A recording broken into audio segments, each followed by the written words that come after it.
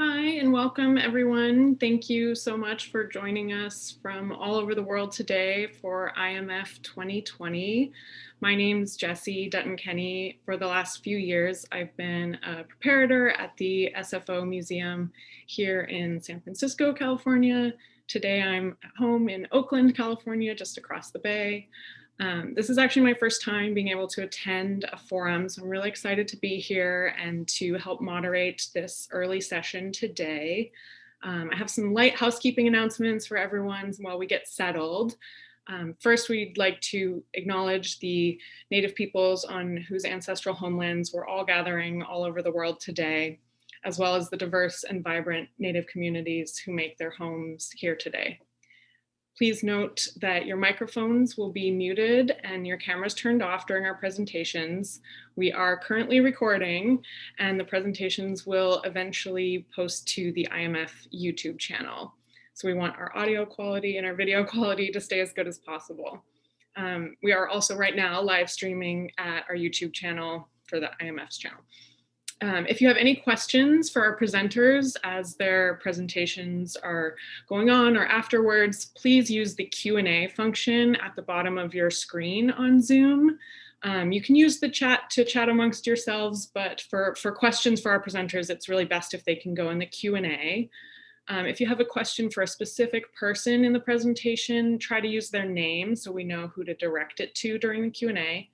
And we're going to get through as many questions as we can at the end of each presentation during the Q&A. If we don't get to your question or if you have additional questions, please feel free to bring those up during our after party this evening, or you can use our Slack app on the Day 3 early session channel. You can see the link in the chat right now to join the IMF Slack if you have not yet done so. And then please feel free to also contact our presenters directly. All of their contact information is going to be posted at the beginning of the presentation. And so you're welcome to reach out to them if you have questions or feedback that you'd like to share. This morning, we're going to be talking about textiles and hats and costumes and all things textiles. So to get us started, we have Robin Hansen. Robin is a textile conservator from the Cleveland Museum of Art in Cleveland, Ohio. So we're going to bring up Robin's welcome now.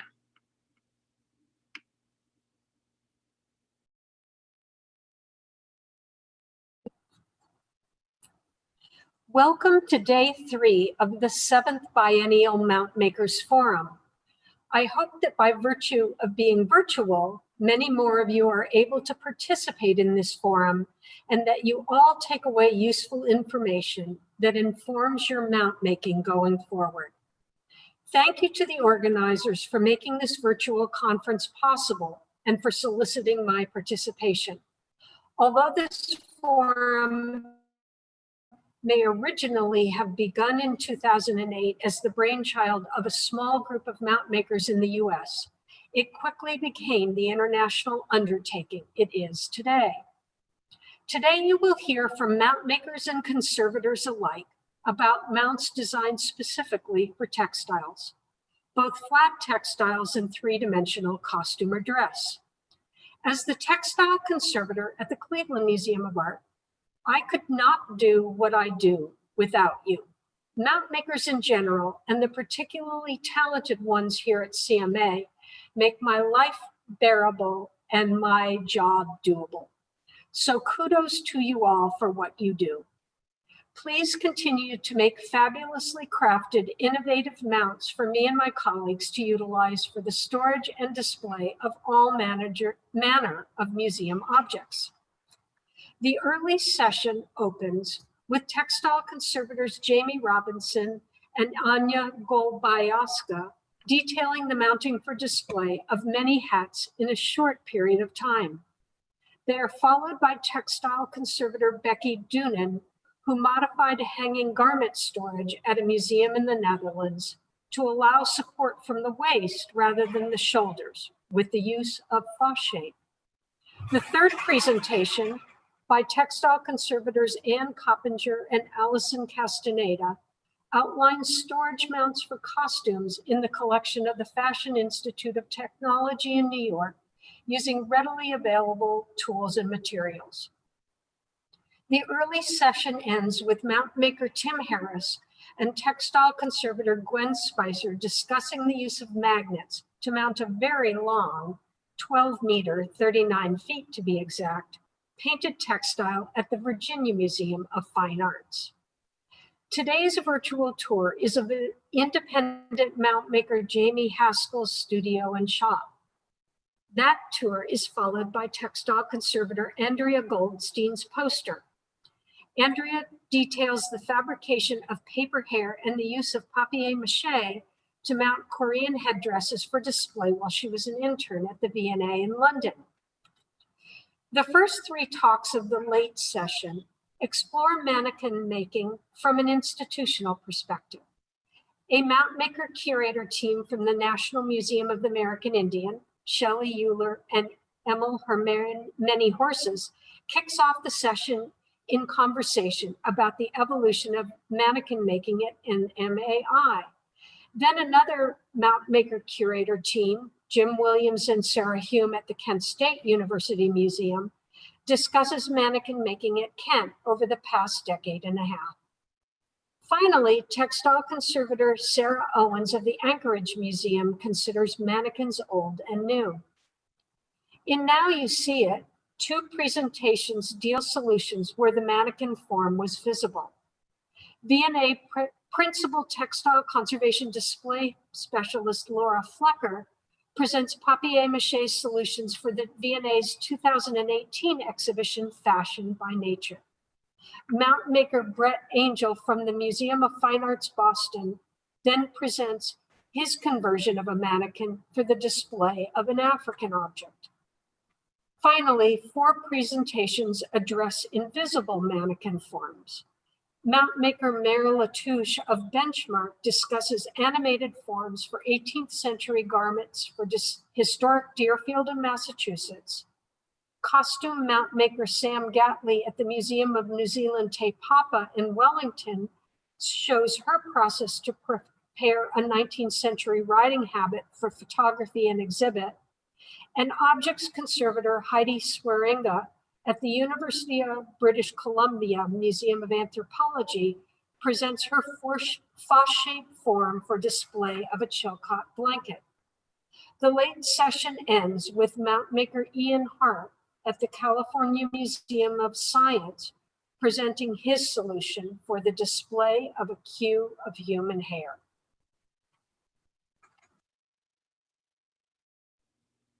Thanks, Robin. That was a great overview of our day today. So let's go ahead and get started on day 3. Our first speakers today are Jamie Robinson and Anya Golubioska from Zenzi Tinker Conservation in Brighton in the UK. They're going to be presenting Stephen Jones hats, a pragmatic approach to mounting 160 objects in 30 days. So let's bring up their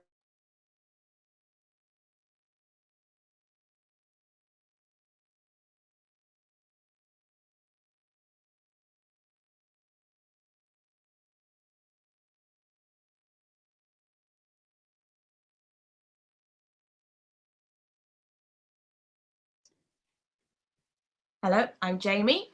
And I'm Anya. We both textile conservators from Zenzi Tinker Conservation in Brighton. We're going to talk today about the Stephen Jones hats exhibition, which was on display at Brighton Pavilion in 2019. Zenzi Tinker Conservation is one of the largest textile conservation studios in the UK.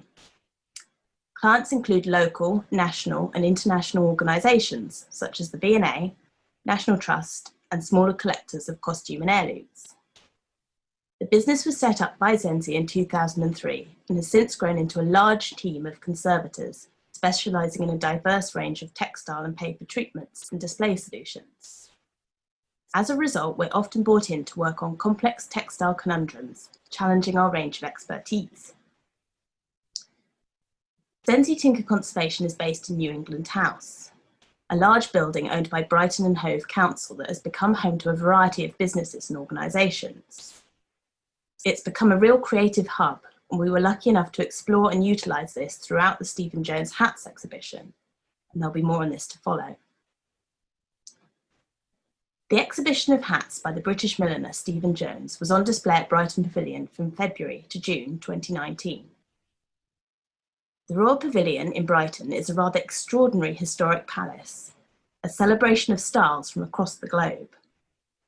It was described as the Prince Regent's pleasure palace. George IV employed the theatre designer John Nash to transform the grounds in the early 19th century, while designers Frederick Crace and Robert Jones were brought in to develop the interior in a style that later became known as chinoiserie. Since graduating from Central St Martin's in the 1970s, Stephen Jones's incredible creations have been sported by everyone who's anyone, from Lady Gaga to members of the royal family. From Westwood to Dior, the Louvre to the Met, Jones has collaborated and been featured the world over. Stephen Jones said in an interview, "I grew up in a seaside town, but Brighton to me seemed exciting, exotic, and it symbolised art and freedom. In 2012, I designed a collection called Chinoiserie on Sea, for which I researched Brighton, and in particular, the pavilion, extensively. And it feels like showing my hats there are almost like a homecoming. I've never had the opportunity to display hats in the environment which inspired them." The Brighton Museum curator Martin Pell and the milliner Stephen Jones have been in discussion about the pavilion exhibition concept many years prior to its realisation. The exhibition was initially conceived as a small spatial intervention consisting of a mere 15 celebrity hats situated around the banqueting hall dining table, suggesting a sort of fantasy dinner party. This was a far cry from the over 160 hats which finally went on to open display, and 9 full costumes, scattered, draped and suspended from every corner of the space. As the deadline grew closer, the exhibition expanded and a multidisciplinary team was swiftly enlisted to assist. Martin Pell asked the ZTC team to assess and mount the hats for exhibition towards the end of 2018. Due to uncertainty around the exhibition funding, the process was not able to start until just before Christmas, and this was a mere 7 weeks before the exhibition was due to open. The hats were all assessed on site at the museum.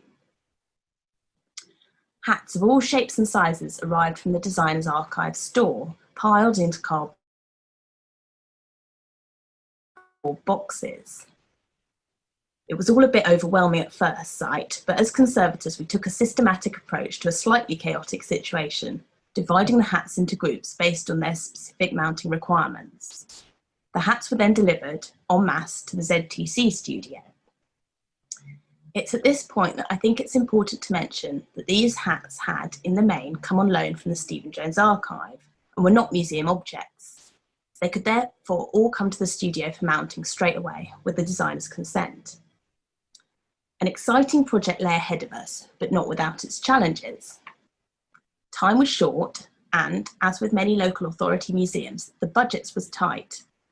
We were told that we had £12,000 for our part of the work and that this figure had to cover our hours and materials. To put this in context, this only allowed about an hour and a half per hat. The exhibition comprised of over 160 hats, and hats were being added to the list up until the hour before the opening. These were made of everything and anything: paper napkins, a colander, a Barbie doll, and a pile of records, all featured within the range of materials Jones used. And they came in all shapes and sizes. Many of them have been created for catwalk, for showy effect rather than to withstand the tests of time, and they were not well secured, substantially made, or evenly weighted. Working with Stephen himself was also not without its challenges. While he was not on site every day, he was understandably very specific about the angle that each hat should be set at on its mount, to relate to the angle that it was designed to sit at on the head. Due to his particularly hectic work schedule, he had very limited time to assist, so we were given record shots of each object, carefully positioned on a mannequin to work from. These shots gave us the angle that he had originally positioned the hat at on the head, for us to then replicate when constructing the hat mounts. We also built up a file of our own reference images, celebrity celebrity and catwalk shots to use alongside the reference images taken by Brighton Museum and to help us understand how each hat should look on the head. These were particularly helpful for providing additional visual reference material. Both Martin Pell, the curator, and Stephen, the designer, wanted all the mounts to be invisible, meaning that they had to sit inside the hat and go unnoticed by the visitors. Yet these were not hats as we know them. They ranged from a giant red swan to a delicate feather-adorned Alice band. We set about dividing the hats into groups as best we could and came up with 4 main types of mount. These were polystyrene, foss shape, acid-free card, and stainless steel wire. The hats themselves dictated the type of mount. For example, if the crown of the head sat inside the hat, it was mounted onto a polystyrene head.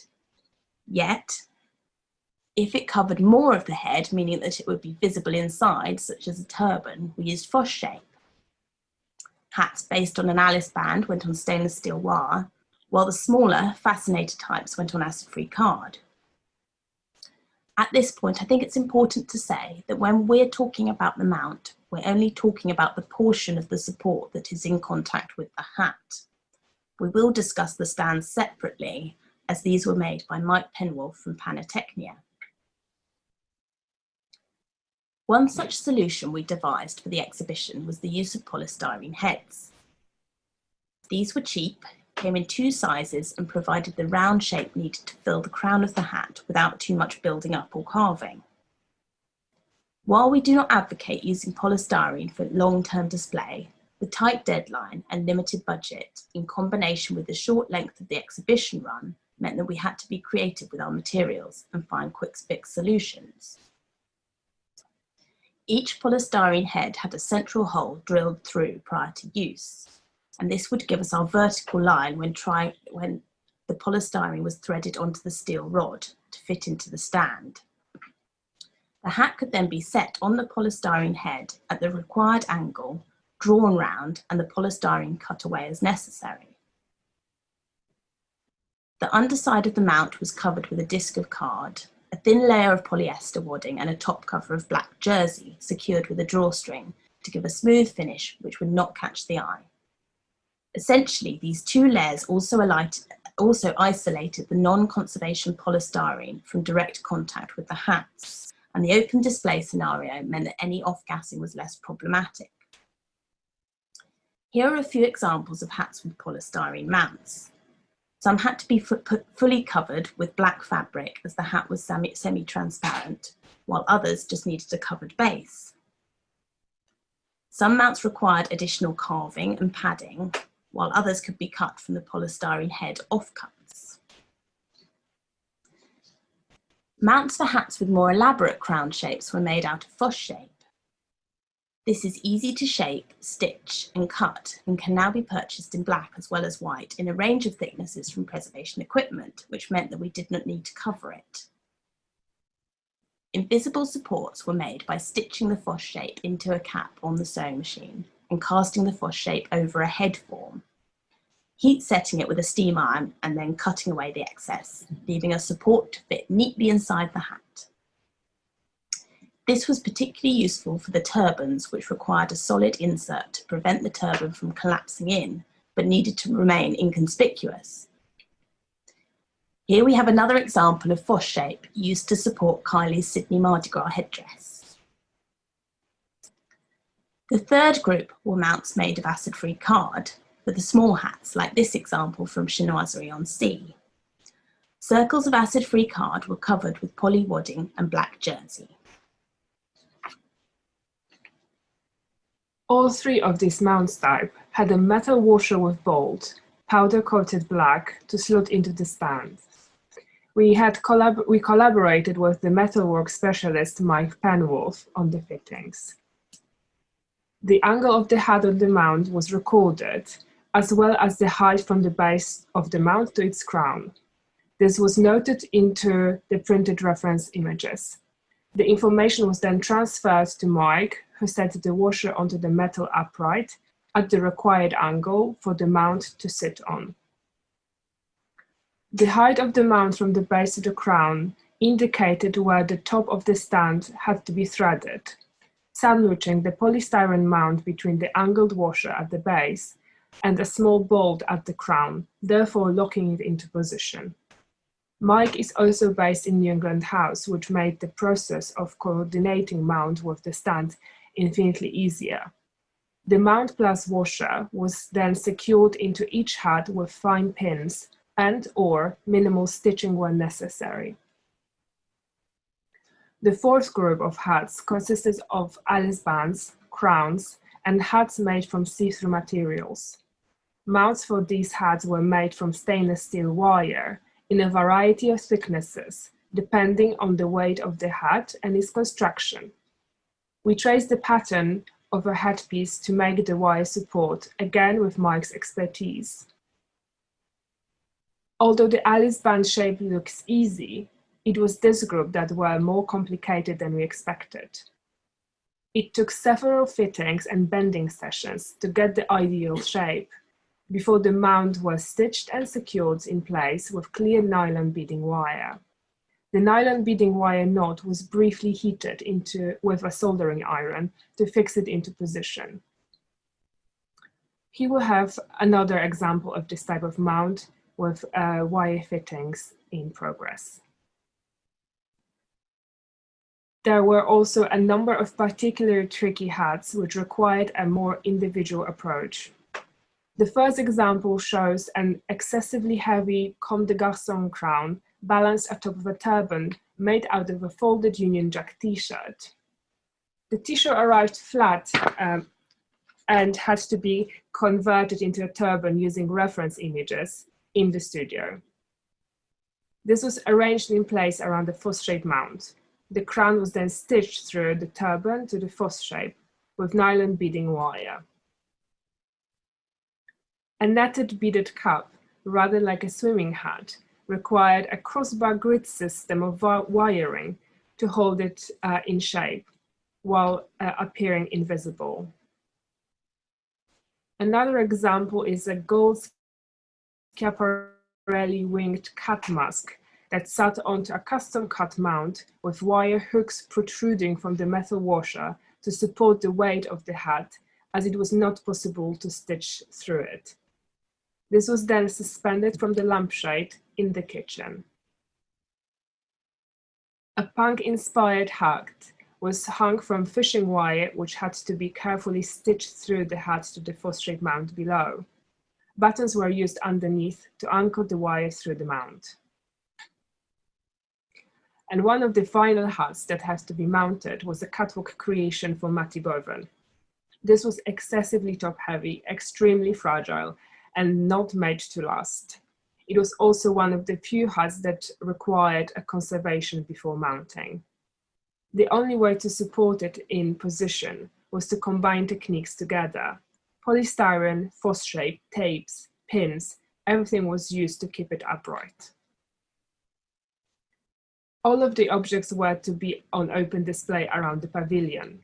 Security was a priority, as it's regularly used for weddings and functions, as well as a popular tourist attraction.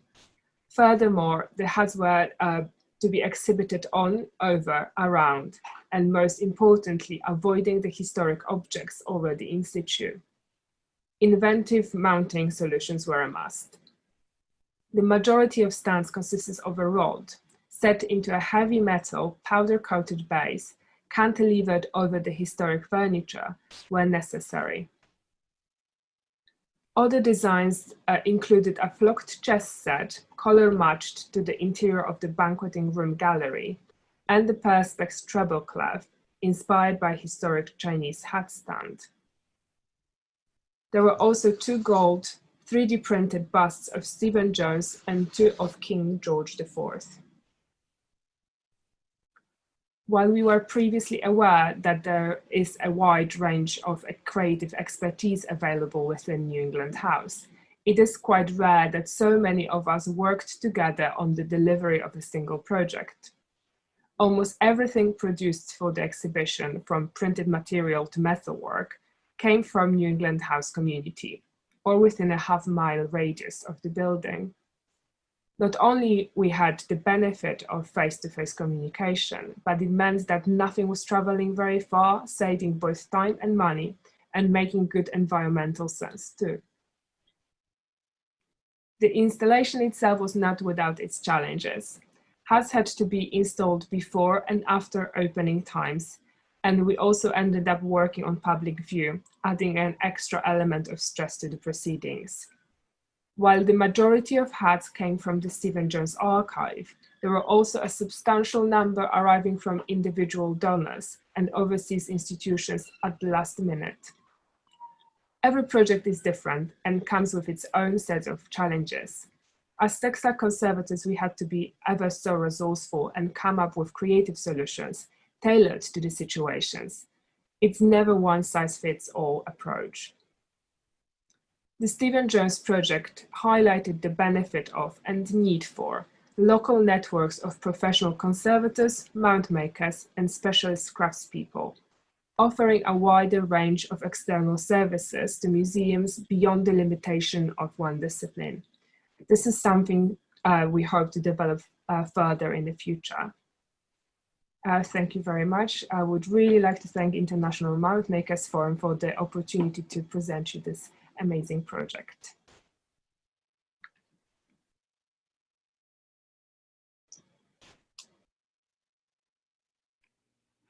Thank you, Jamie and Anya. That was an incredible presentation, and what an extreme undertaking. Let's start our Q&A portion now. So if you attendees have any questions, please go ahead and enter them into the Q&A function at the bottom of your screen.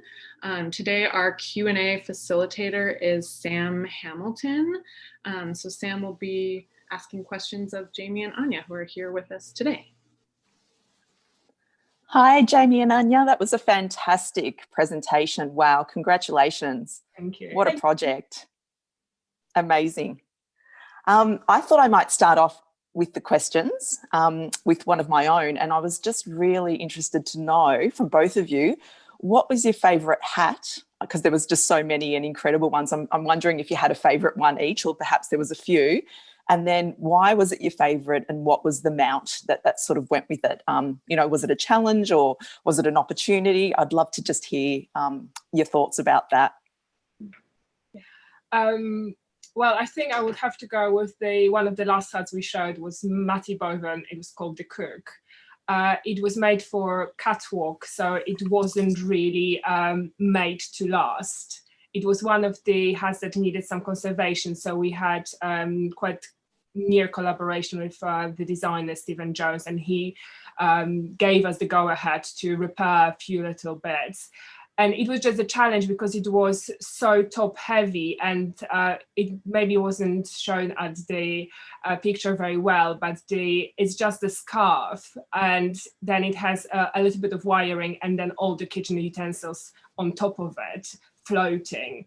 So we really had to, I made one mount and it wasn't working. I've added, it wasn't working. So I really had to be very, very creative with the coming up with the solution.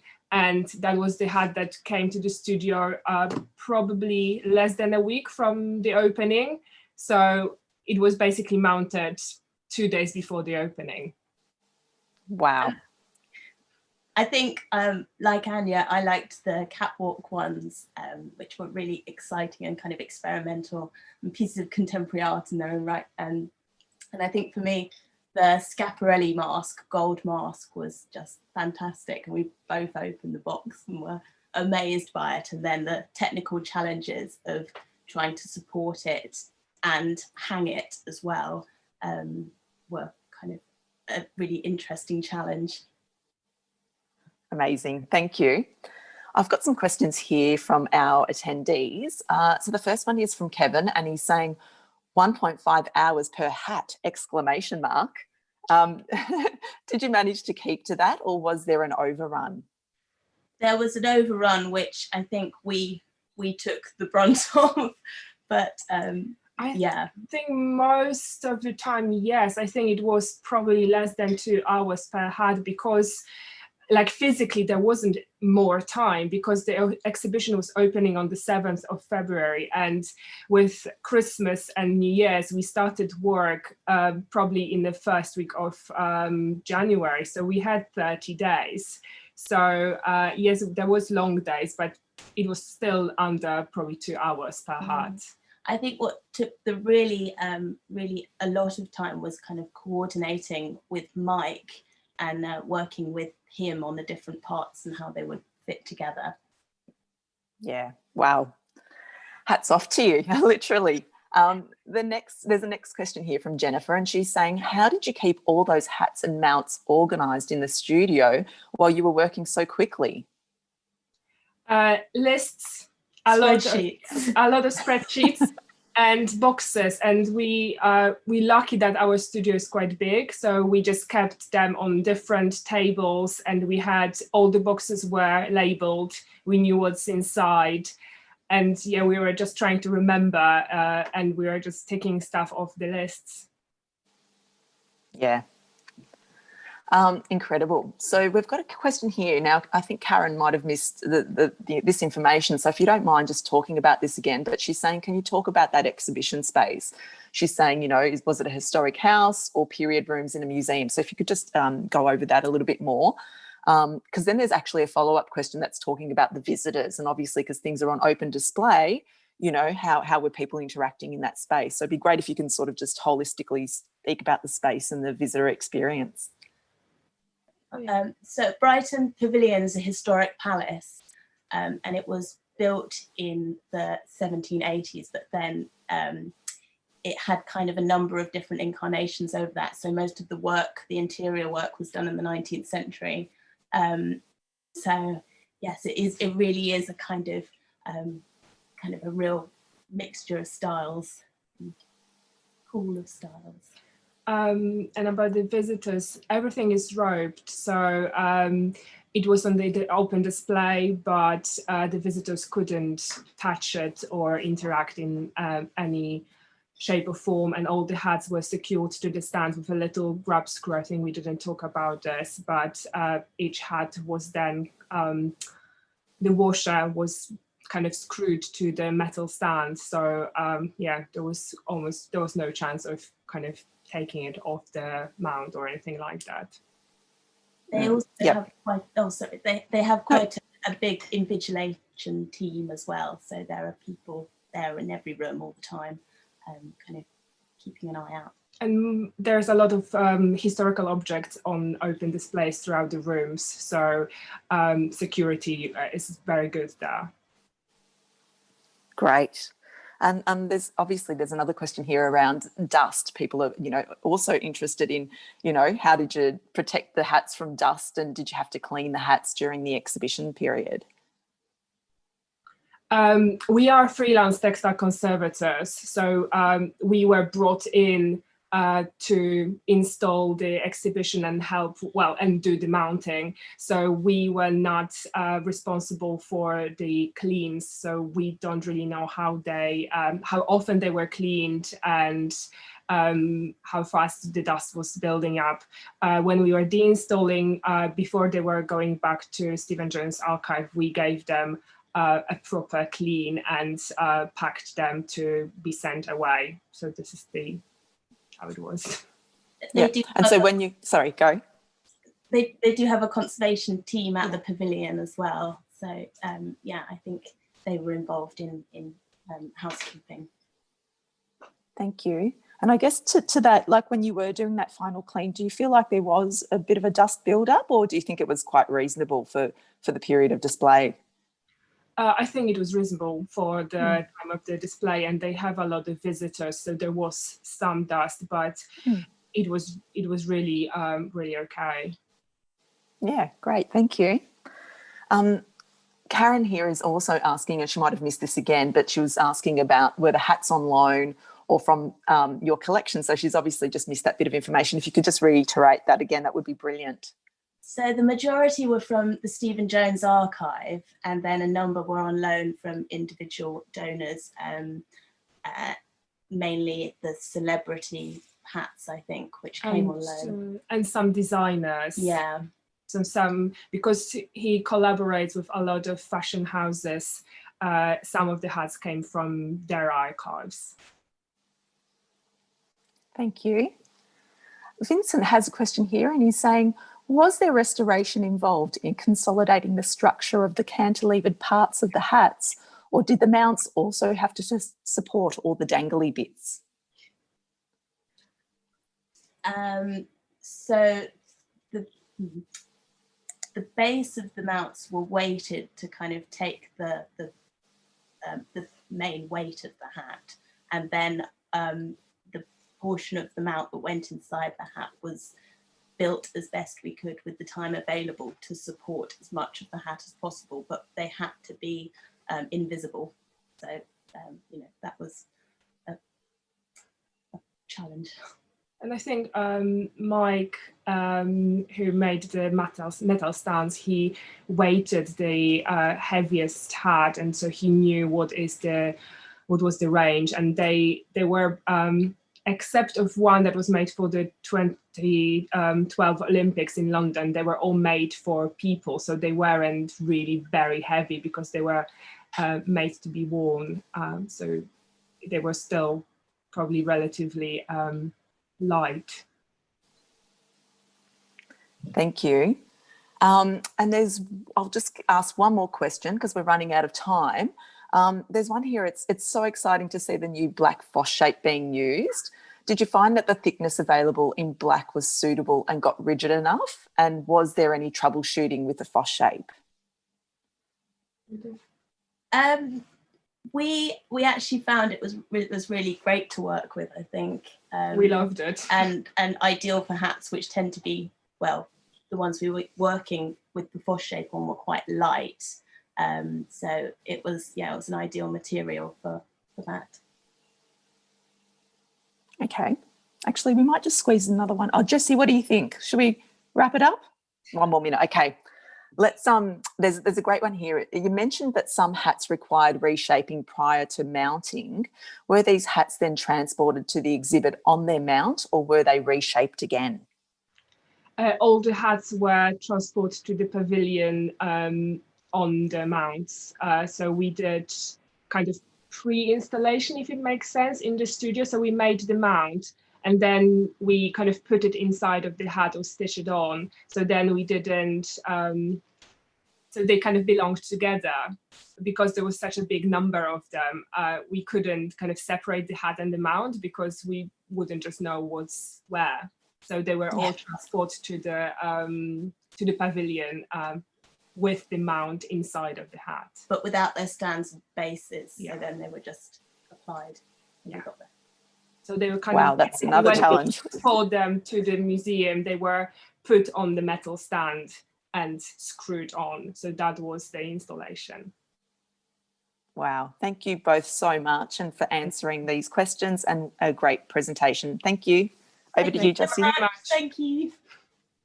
Thanks, everyone. So apologies if we didn't get to your question, but our presenters' contact information is in the chat now. So you're welcome to reach out to them if you have any additional questions, or join us for our after party this evening, and feel free to ask more questions then. So up next, we have our next presenter, Becky Doonan. Becky is also a freelance textile based out of Maastricht in the Netherlands. Oh God, I'm so bad. I'm going to be presenting Wasting Away, developing a hanging waist support system for safe costume storage. So let's move to Becky's presentation.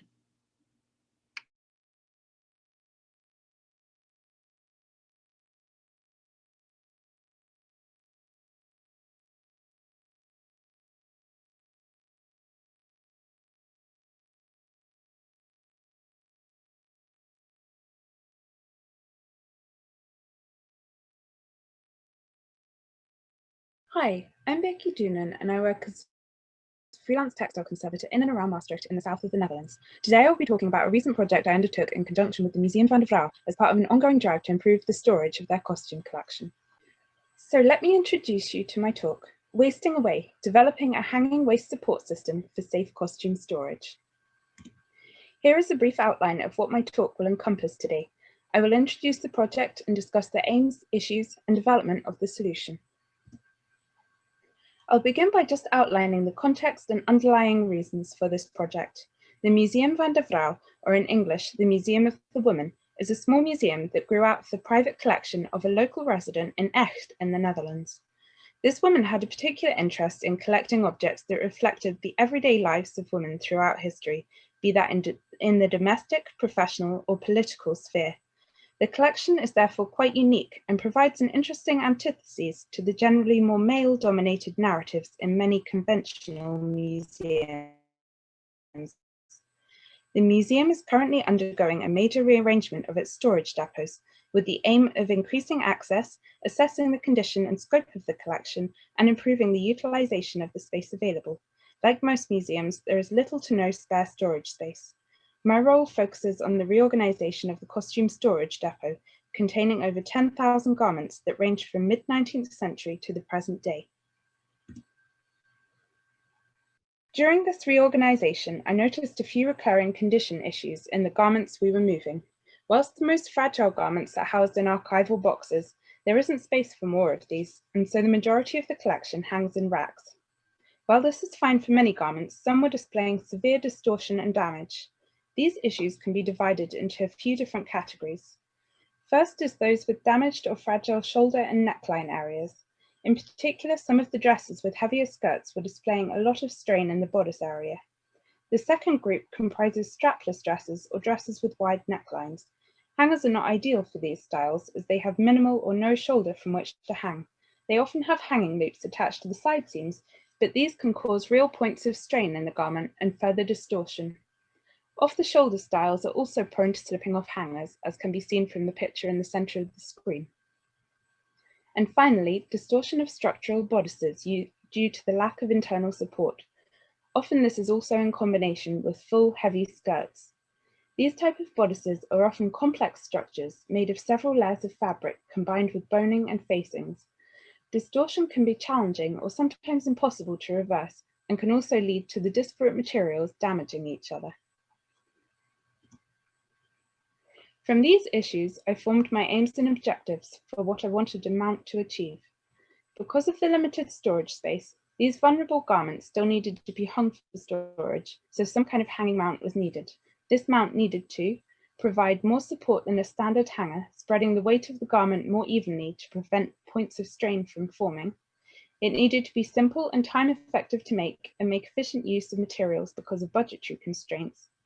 It also needed to be easy to use, as the main task force of the museum are volunteers with a variety of experience levels and backgrounds. Making a mount that is complicated to install and deinstall only increases the chances of objects being damaged through handling. Finally, it needed to not increase the footprint of the garment more than absolutely necessary. Hanging full-size mannequin forms in storage would be an extremely inefficient use of space, so this mount needed to be relatively thin if possible. I started by looking at possible alternatives to conventional clothes hangers. My findings varied and encompassed both those used in commercial settings as well as those used in heritage environments.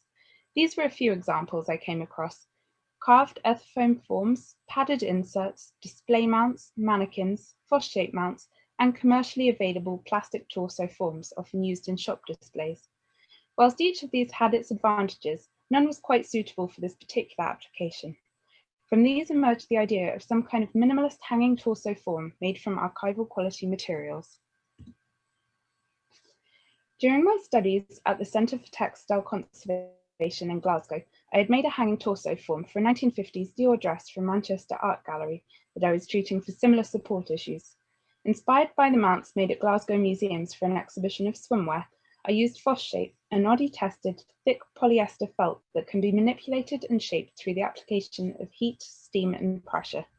However, achieving a perfect fit for this project had been very time-intensive, involving taking a pattern from the corseted inside of the dress and recreating this as a rigid foss-shaped form. This kind of time investment just wasn't feasible for my current situation, with time and budget both being limited. I needed something quick, repeatable, and that could easily achieve a good fit within a dress to provide the support needed. I chose to use one dress as a focus to test my ideas on. This dress seemed an ideal candidate. The need for support can be clearly seen in the massive distortions in the torso and hip area. Due to my previous positive experience with Foshape, I decided to explore the potential of this material further. It possesses a useful set of qualities, rigid enough to offer the support needed, but moldable and sewable, so easy to manipulate, and also friendlier to the inside of a garment than something more solid and hard-edged. For the mount itself, I focused my attention on where I wanted the weight of the garment to sit. The success of my mount for the Dior dress was largely due to the support it provided at the waist and hip sections, which relieved the upper bodice of the weight of the heavy skirts. The slight shaping in the bust area prevented the front of the dress from caving inwards, thereby relieving distortion. For this new mount, I simplified the shapes involved.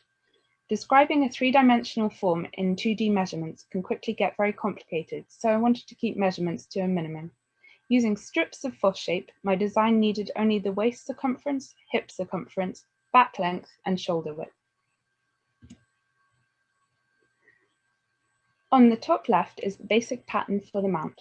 The waist strip is a rectangle of Foshape the length of the hip circumference. By making small darts, the top edge is reduced to the length of the waist circumference, so that the whole section flares slightly.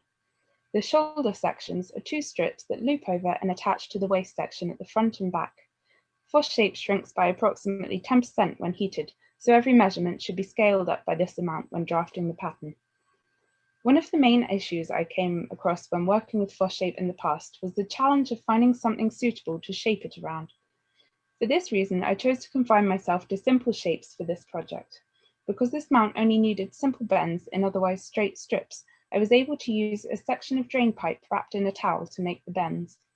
I found that the easiest way of forming each section was to steam the straight sections on an ironing board first, leaving the bend sections flexible. It was then easy to manipulate the bends around the drain pipe. Because each of the components is just a straight strip, these were quickly and easily covered using tubular cotton stockinette, creating a smooth finish to sit safely against the inside of the garment. The individual components were placed into the garment unjoined. It was then very straightforward to position them so that they fit exactly within the dress and stitch the Foshape elements together to form the final mount. On the left, you can see the before treatment photo, and on the right is the dress on the finished form. The pleated bust sections are no longer being pulled down by the skirt, and the empire waist sits horizontally across the torso, allowing the fabric of the skirt to fall vertically. The final mount is definitely an improvement on a standard hanger in terms of the support it provides. The steps needed to make it and fit it accurately to the garment were simple and straightforward, and because of the simple rectangular shapes of the components, there was very little waste when cutting out the Foshape sections. Indeed, it used much less Foshape than would be needed to create a full torso. As can be seen from this photo, it was possible to keep the mounted garment flat enough so that it doesn't take up excessive room once hung in storage. And because the garment opened to the waist, it was very easy to position the mount inside. There were also some limitations to the suitability of this mount. It does rely on a garment having a distinct waist to hip difference, so would be much less suited to the more shapeless dresses such as those characteristic of the 1920s. And garments without an opening bodice would also prove challenging to fit the mount safely into. So to conclude, this mount offers a simple and affordable solution for the hanging of certain styles of dresses that are unsuitable for standard hangers.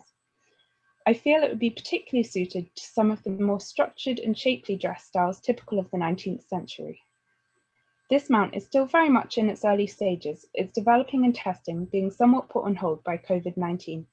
However, I intend to continue exploring its potential and monitoring the conditions of the dresses hung upon it to see how it holds up over time. I would love to hear from anyone else interested in trying it out, so please feel free to get in touch. I would like to say a big thank you to the team at the Museum van der Vrouw for allowing me such freedom within the collection.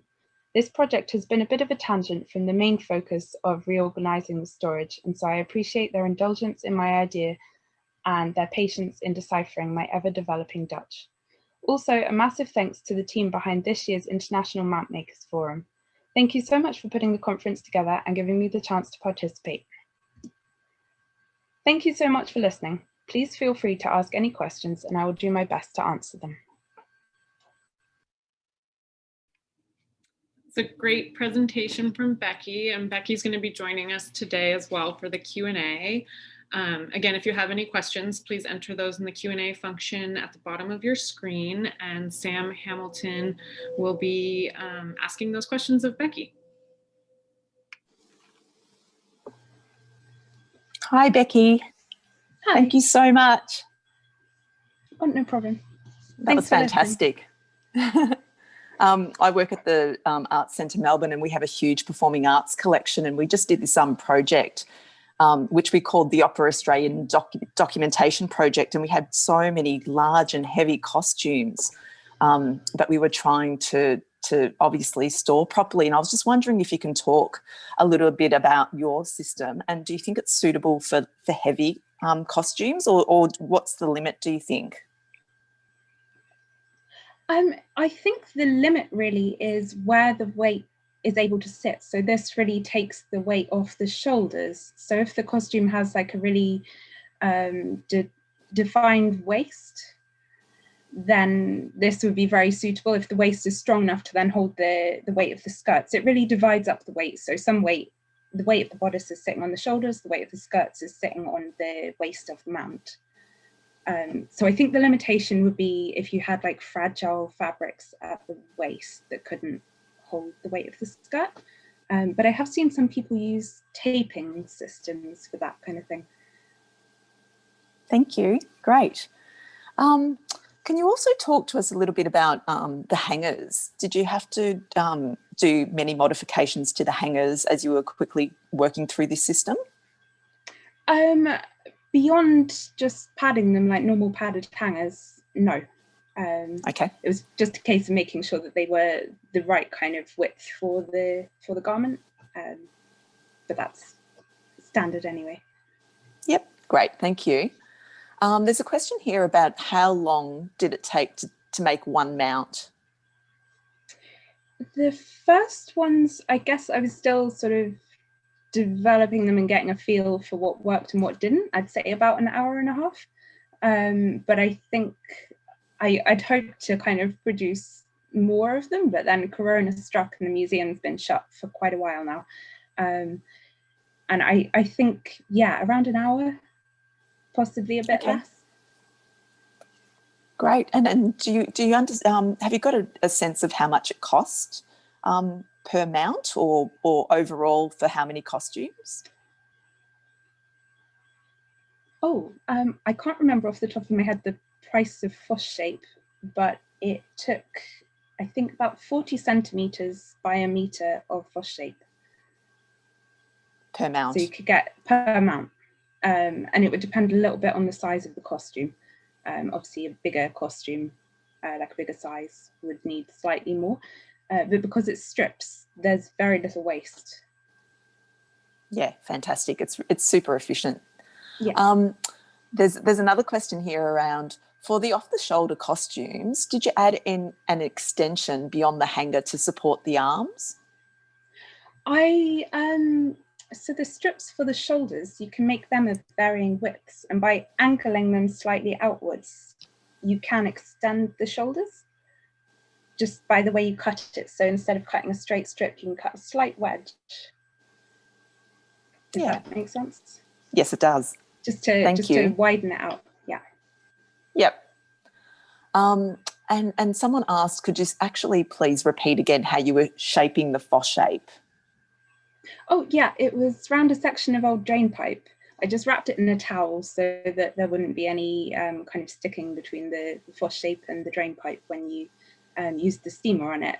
And then, yeah, I had an ironing board, so I shrunk the flat sections first and just left the bits that would be curved floppy, and then you can fold them around the drain pipe and just steam away. And it was quite straightforward, because I found previously finding a suitable size body to shrink the Foss shape over, if you didn't happen to have a mannequin of that size, it could be kind of a bit tricky. Yeah, absolutely. There's a question here from Marcy, and she's saying, is there a particular reason for using FOSS shape for the vertical strips instead of just using something like twill tape to suspend the hip support? That's a good idea, actually. I guess I was thinking in terms of FOSS shape anyway, and I was thinking of slightly more solid forms than just to make them slightly more robust. But I think actually twill tape would probably work very well for a lot of the costumes. Maybe not so much for the off-the-shoulder kind of ones, but in that the hangers are padded anyway. Yeah. Yeah, maybe something to try in the future. Yeah, definitely. Thank you. There's a question here from Jill. She's complimenting you, saying great design. And then she's saying, did you cover the FOSS shape pieces with stockinette also? Yes. Yeah, I just got the narrow tubular stockinette and it fits right over, so you don't have to seam all the way up the back. You literally just put it on like a sock and then just stitch the ends under, just so it's all smooth against the inside of the garment. And Ahmed's got a question here saying, why not store them horizontally without hanging them? It was mainly because of the context of the museum. So they don't have a lot of storage space, and they do have the most fragile costumes stored in boxes, but their storage is full. There is no more horizontal box storage space. So what is hanging really needs to stay hanging. It's a case of finding a safer way to do it. Yep, thank you. Nicole asks, what weight FOSS shape did you use? I used the thicker stuff. Is it the 600? I always get them muddled up, but the thicker stuff. But I have also heard that if you only have the thinner stuff, you can use 2 layers and steam them together, and it creates the same sort of weight and material properties as the thicker stuff. Thank you. We've got a question here from Helen, and she's saying, can you talk a little bit more about FOSS shape and testing it for its archival status? Can the material of the item sit directly on the surface, and is the surface smooth? It is quite smooth, and it has been Oddie tested. It passed Oddie testing. I would be personally slightly concerned that the small fibers might migrate into the object. I'm not sure about that. I've only ever used it covered. It's slightly grippy, not to the level of polyester wadding, but something a bit more like felt. So I prefer to cover it, to be on the safe side, to be honest. Yep. I don't know how other people feel about that. I'd be interested in hearing how other people use it. Yeah, it would be interesting to hear that. Emily asks, can this mount work for hanging shirts only? Where she's saying, you know, where there's a separate bodice and a skirt. Oh, for skirts only? Yeah, that is actually something I would like to try, because at the moment the museum where skirts are hanging, it's often like clip hangers, and that's can be quite damaging to some of them. So I do want to try that. I think it would be a case of, is there enough difference between the waist and the hip? So skirts that sit on the hip wouldn't be so suitable, but as long as there's a distinct waist. Thank you. And Mare says, how did you shrink and form the waistband? So first I stitched the darts. So it's just a rectangular strip with darts, like in dressmaking, that just bring the points in slightly closer. And then I used the steamer, laid it flat on an ironing board, steamed the flat sections, just leaving the curved areas. And then I used a drain pipe to form the curve at the sides. So you basically get a large oval, if that makes sense. It does. Thank you, Becky. And one last question is, have you evaluated how much additional hanging space is taken up by the FOSS shape form? I haven't, but it's something that I want to evaluate when we have a few more of them. At the moment, we only have a few because everything was a bit delayed. And some of the dresses, like each dress is so different that it's hard to evaluate exactly how much. I think we need to each do on more of a variety of dresses to be able to establish how much it's growing it. But a lot of the skirts are so bulky that actually the space taken up by hanging is quite significantly more than the mounted bodice section would be, if that makes sense. Yes, it does. Thanks so much, Becky. That was wonderful and such a great project. I'll hand back to Jessie. Yeah, thank you, Becky, for joining us for the Q&A. And if any questions come up for anyone about Becky's presentation, or if you want to share how you use Foshape, please feel free to contact her. Her email is in the chat as well. And you can reach out to her at our after party as well, or through Slack.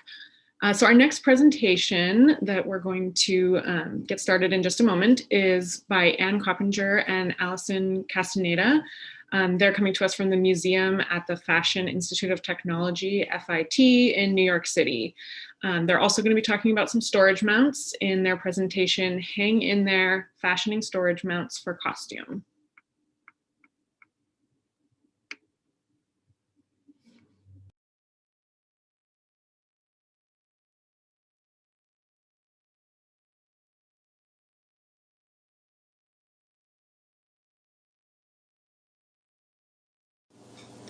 Good afternoon. Today I would like to share with you some of the storage mounts that the Conservation Department of the museum at FIT has crafted. We use readily available archival materials such as ethafoam, tubes, twill tape, and blue board, along with the occasional hardware from the exhibition shop, to create customized hanging storage mounts for the collection's many strapless evening gowns, as well as mounts for the more avant-garde, unusual costume objects in our collection. The museum is located on the urban campus of the Fashion Institute of Technology, a mid-sized public college located in the trendy Chelsea neighborhood of New York City.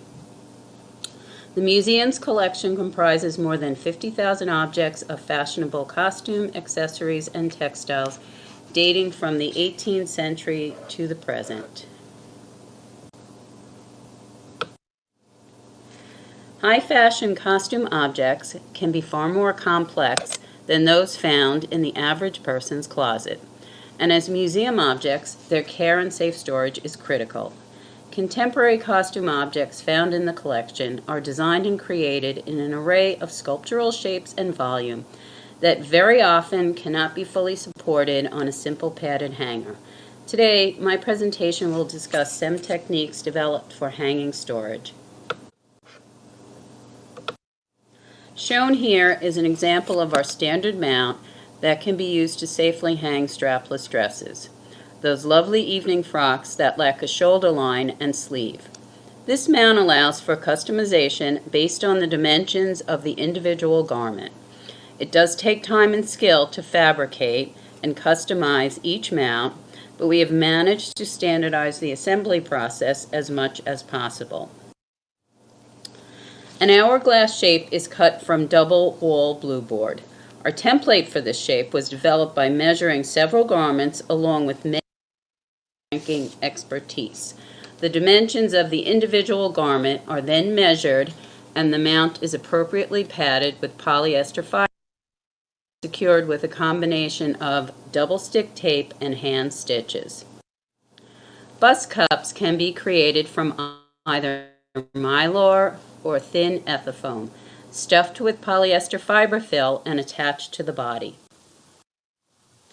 The padded body is then attached to a hanger and covered with a smooth 100% cotton rib knit or surgical stockinette.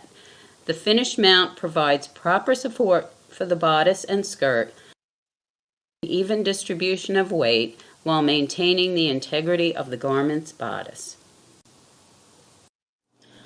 Let's look at the more unusual clothing in our collection. Comme des Garçons garments are unique and singular in the world of high fashion. Designer Ray Kawakuba's collections often feature enormous garments that engulf the body. Her designs have typically embraced abstraction and, more recently, a non-functional style. Since 2014, her collections have consisted of garments that bridge the gap between art and fashion, moving into uncharted territory. In her desire to create fashions that defy conventional beauty, Kawakuba has become the quintessential postmodern designer. The museum began collecting comme des garçons in the late 1980s as Kawakuba's designs began to receive international acclaim. However, these wondrous creations can present multiple challenges when they enter a museum collection. For example, how can they be safely stored? Here are some of our most recent acquisitions, each of which required a customized storage solution that I'll be discussing. These voluminous garments are from Kawakuba's Fall 2016 collection titled 18th Century Punk. Interestingly enough, the storage mount for the samurai garment proved to be the most straightforward of the two. The top was compatible with one of the styles of padded hangers we routinely make, with only a minor modification. But the bottom was too three-dimensional to be safely stored on a standard clip hanger. To safely support the bottoms while still maintaining a slim profile, an elongated oval was cut from a block of ethafoam to serve as an insert. While the goal was for the insert to support the bottoms via tension, further support was provided by rectangular extrusions that lined up with the openings in the cage-like hip area of the pant. Once complete, the insert was suspended with twill tapes from the padded hanger supporting the top.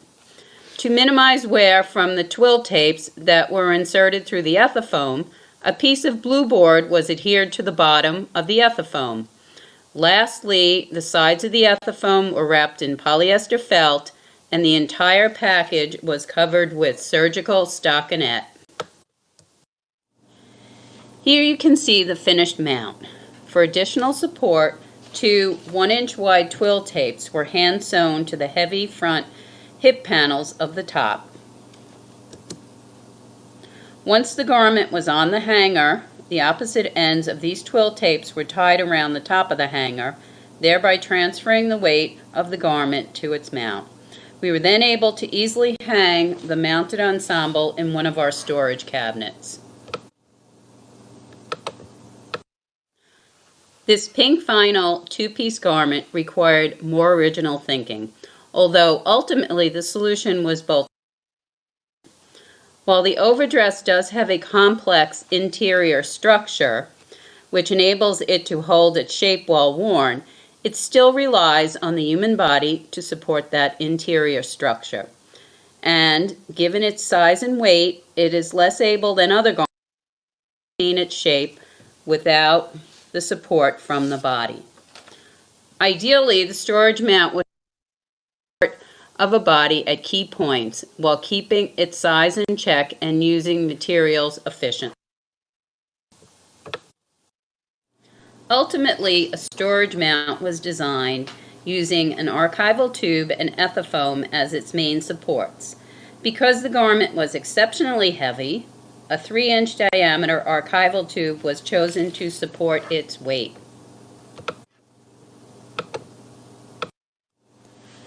Due to the large size of the ensemble, it was decided that it would have to be stored on its own garment rack. To accommodate the slight shoulder contour near the neckline, pieces of ethafoam were carved to shape and adhered to the tube. The entire tube was then covered in polyester felt and cotton stockinette. The tube was suspended from 3 S-brackets hung from the garment rack. The 1-inch wide twill tape loops were machine stitch closed, and further stitching was taken to turn the loops, making it easier to position them on the S-brackets. While the padded tube functioned like a pair of enormous shoulders to support the weight of the garment, However, the lower portion was still collapsing in on itself from the lack of legs. To compensate for this, a 1-inch thick ethafoam disc was carved to the shape of the opening. This disc was padded with polyester felt and covered with stockinette. It is held in place via tension, thus maintaining the shape of the lower half of the garment. The harness-like dress, with its coordinating shirt dress, now live happily in our storage room on their own garment rack. I hope you enjoyed this presentation and it has sparked some new solutions for storage conundrums in your collections. Much thanks for your attention and interest.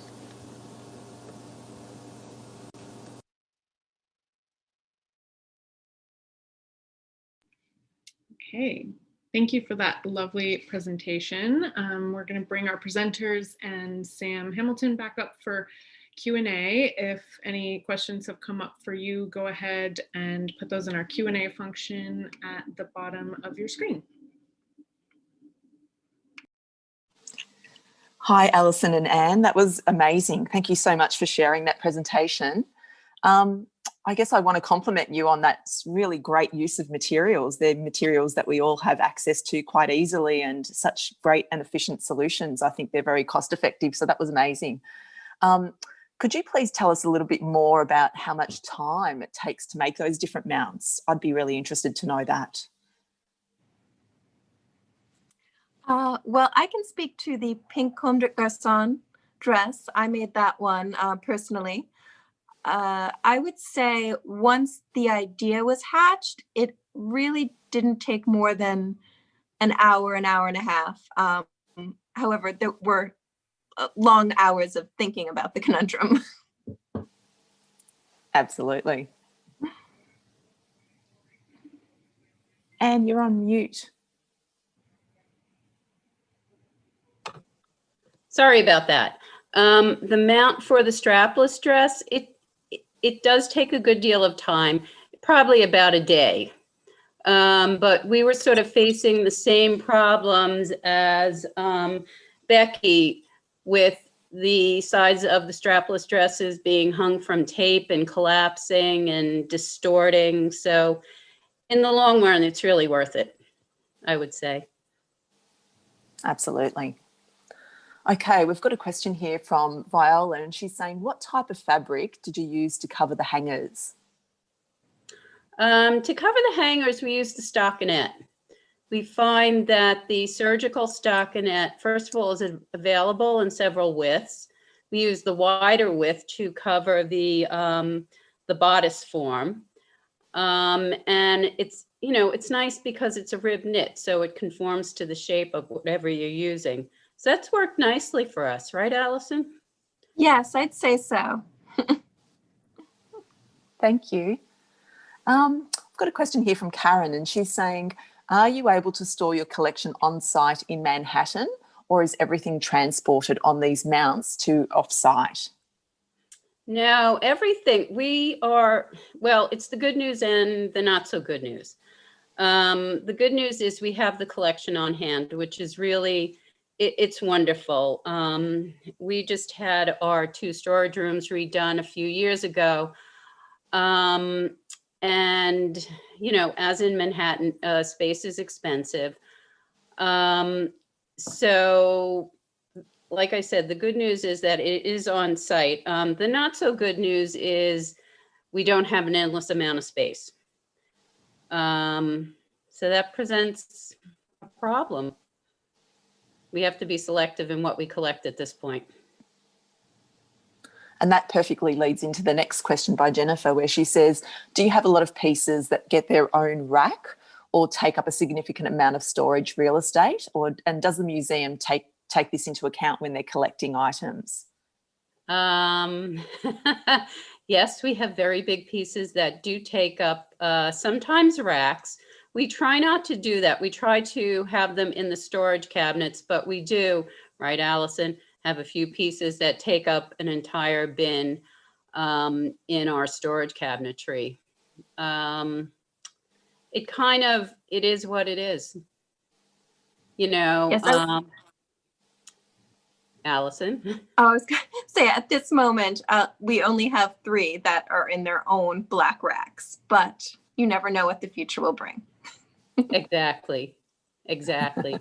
And we actually received a new Comme des Garçons the other day, so we're thinking, and it's equally as large as the ones that we showed you. So we have our work cut out for us, so to speak.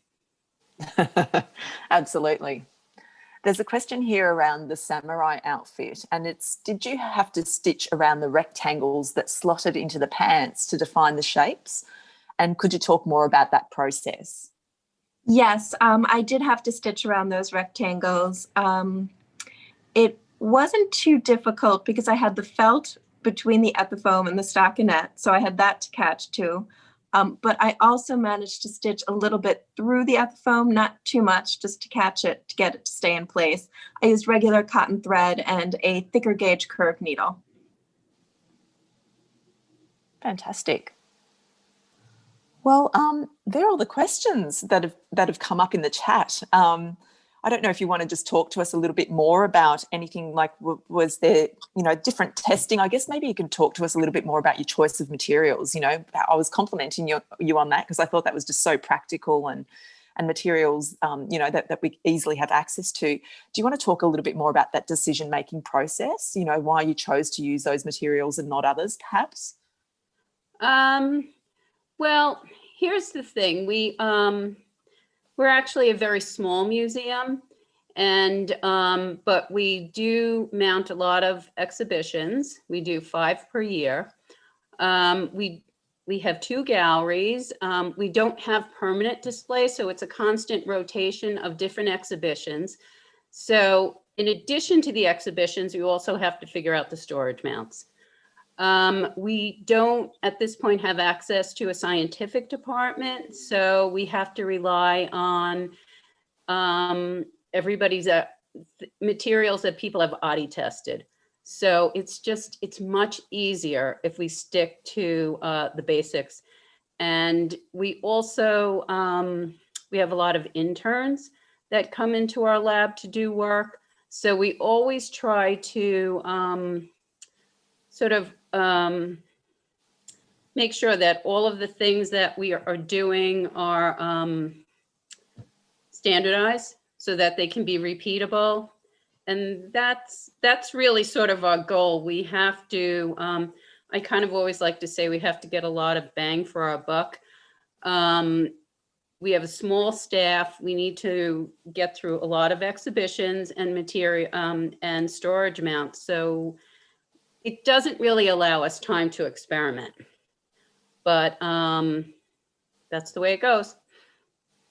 What do you it's think, very Allison? practical. Yeah.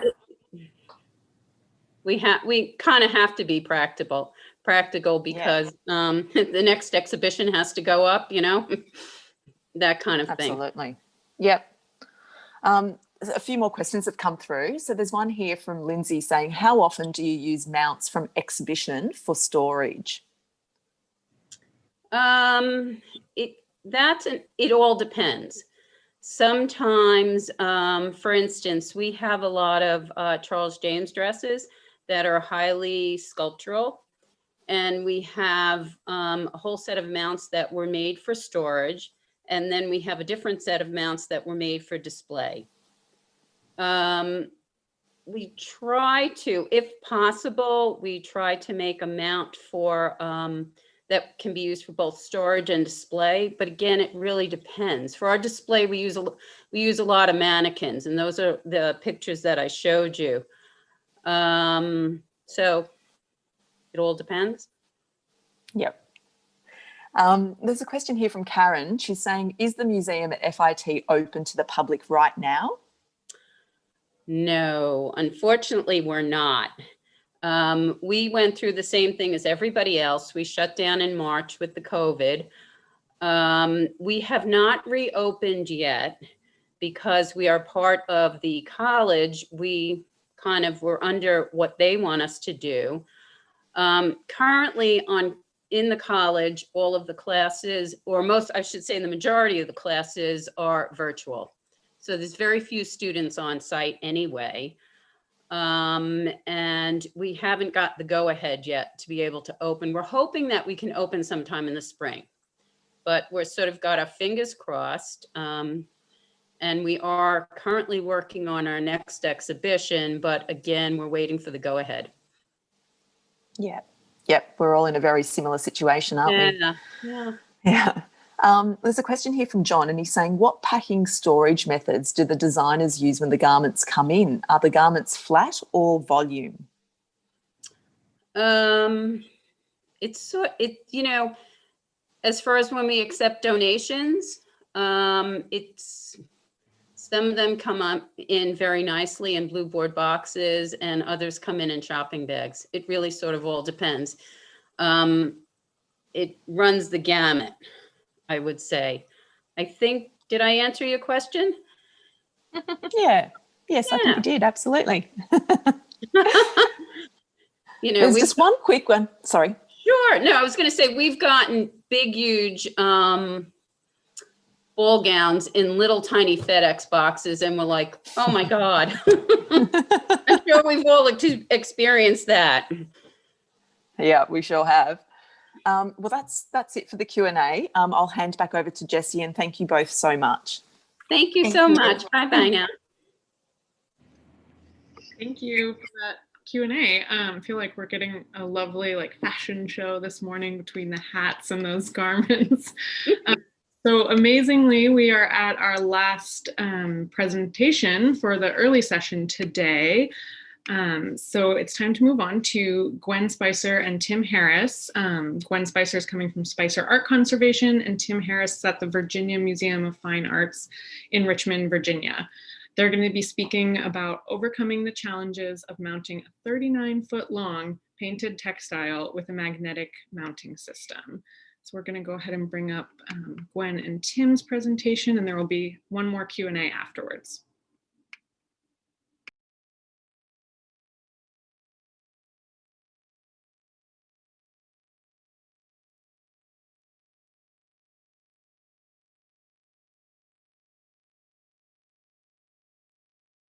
Both Tim and I want to thank you for providing us with the opportunity to tell you about the mounting of this amazing artifact. As any of you who have worked with oversized artifacts or ones that are of unusual shape will know, there are many unexpected challenges. With this artifact, challenges seem to appear at every step, from procuring the specific materials necessary to the communication with the museum and all of their expectations. The initial concept was easy and straightforward, or so it seemed at the beginning. This painted banner or scroll was created in the 18th century for a Buddhist monastery in Tibet. The deities depicted in this banner are invisible, meaning that they are shown in symbolic rather than human form. This image of the banner on the floor of an unused gallery at the Virginia Museum of Fine Arts was my first time seeing the banner. The center section is vibrantly painted with opaque watercolor on prime cotton fabric, depicting deities. Each of the 8 deities is framed on a colorful lotus flower base, surrounded by clusters of attributes, garments, ceremonial implements, and jewelry, all associated with each respective deities. Some of these attributes were pretty gory, and counting the skulls was not helpful. All 8 painted deities were surrounded by several bands of colored silk damask. Along the lower edge is a double layered frill created with damask silk fabrics. Each layer is pleated regularly in the same direction across the lower edge. This detail helps to highlight the complicated structure of this artifact. The goal of the mounting was for the textile to hang along the gallery wall. That included a corner, thus creating an environment in which the viewer could enter the space and be surrounded by the textile and its painted imagery.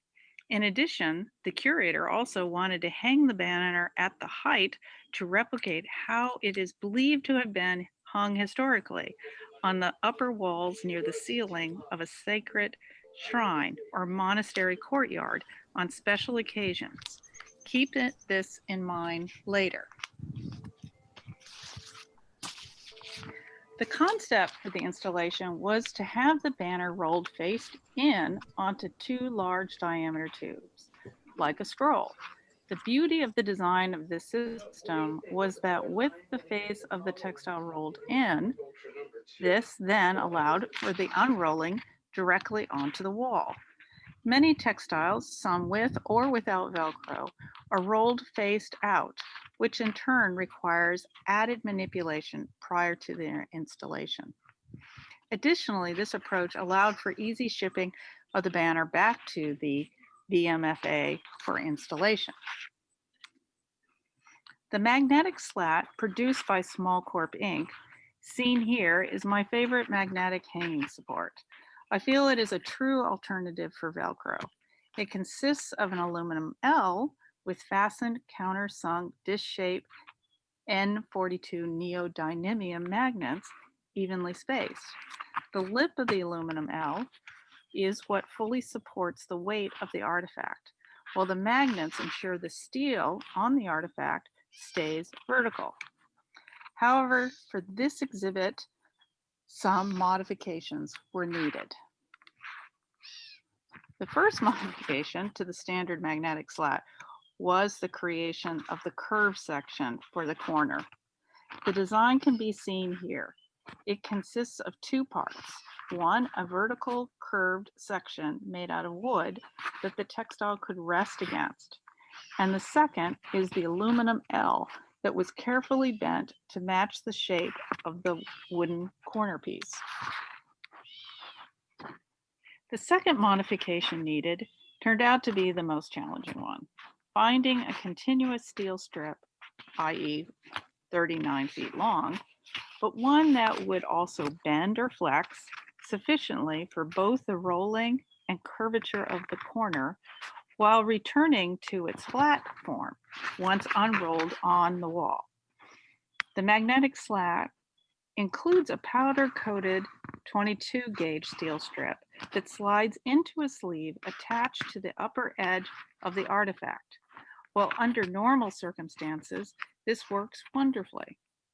For this case, the included strip would not work because it was too stiff to be rolled, and also it is not available in the continuous lengths needed.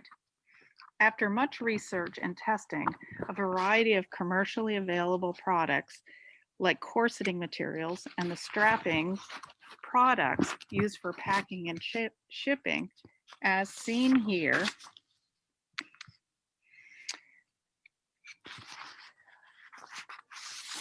a viable material was located from a steel fabrication shop, which makes hot air ductwork for heating systems.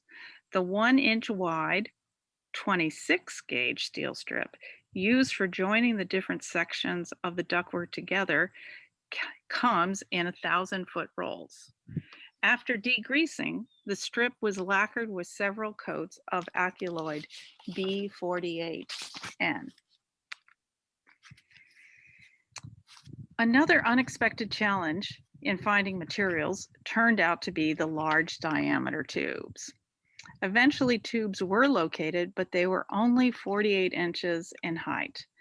This was one of those moments where we were thankful that while the banner was so long, it was not very tall. The tubes normally used for shipping fluorescent tubes were perfect for our needs. However, they were not archival, thus were covered with Marvel Seal. The diameter of the tubes was of such great importance due to the fragile nature of the paint, as well as the bulk of layers created from the multi-layer nature of the banner. With all of the necessary materials procured, it was finally time for creating and attaching the sleeve. Tyvek was used for both the sleeve and backing. As you can imagine, finding the wall space in any studio to prepare a 39-foot hanging was a challenge. Temporary walls, cardboard walls were constructed and lined the studio space. In these images, we're folding the Tyvek to the correct width and sliding the steel into the stitched sleeve. Once the Tyvek was prepared, there was still the matter of attaching it to the textile before stitching could begin.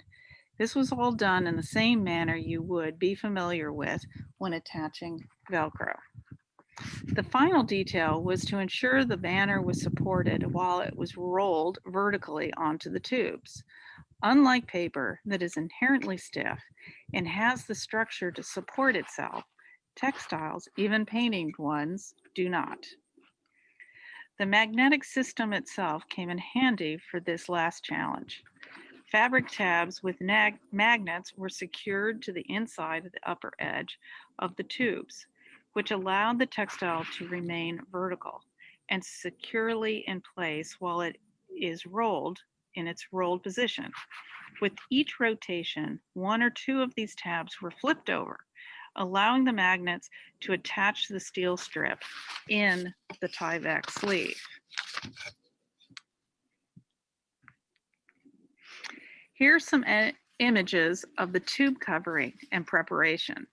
It was quickly found that the initial end of the banner being rolled had to be well attached to the tube from the beginning. Otherwise, things quickly started to unravel. A large countersunk magnet with a large diameter fender washer was used to strengthen this initial bond. Due to the length of the textile, strips of Tyvek were secured to the steel in several locations along its length. This helped to reduce the tendency of the steel sliding within the pocket and also allowed for minor adjustments to the steel to ensure proper placement during the final installation. And of course, there was a tight schedule. Nancy Pollock, the painting conservator for the project, came to my studio to complete her work. Here she is while I am sewing. While I was working away in my studio in upstate New York, getting the mount ready, the museum was busy finding a way in which the mounted banner could be installed for the exhibit. Now, Tim will continue with the story. One of the great things about working as an art handler at the Virginia Museum of Fine Arts is that we're constantly thrown unique challenges. The great thing about this project was the level of precise information communicated between Gwen and our team. Remember the monastery photo? The curator wanted the banner to be hung 10 feet up on the wall, as it was believed to have been hung traditionally. How could a 39-foot textile be mounted 10 feet in the air? Could it be mounted using scissor lifts? No one was happy with the options for the available equipment to be used for this elevated height. After further discussions, it was determined that instead of 10 feet high, it'd be better to mount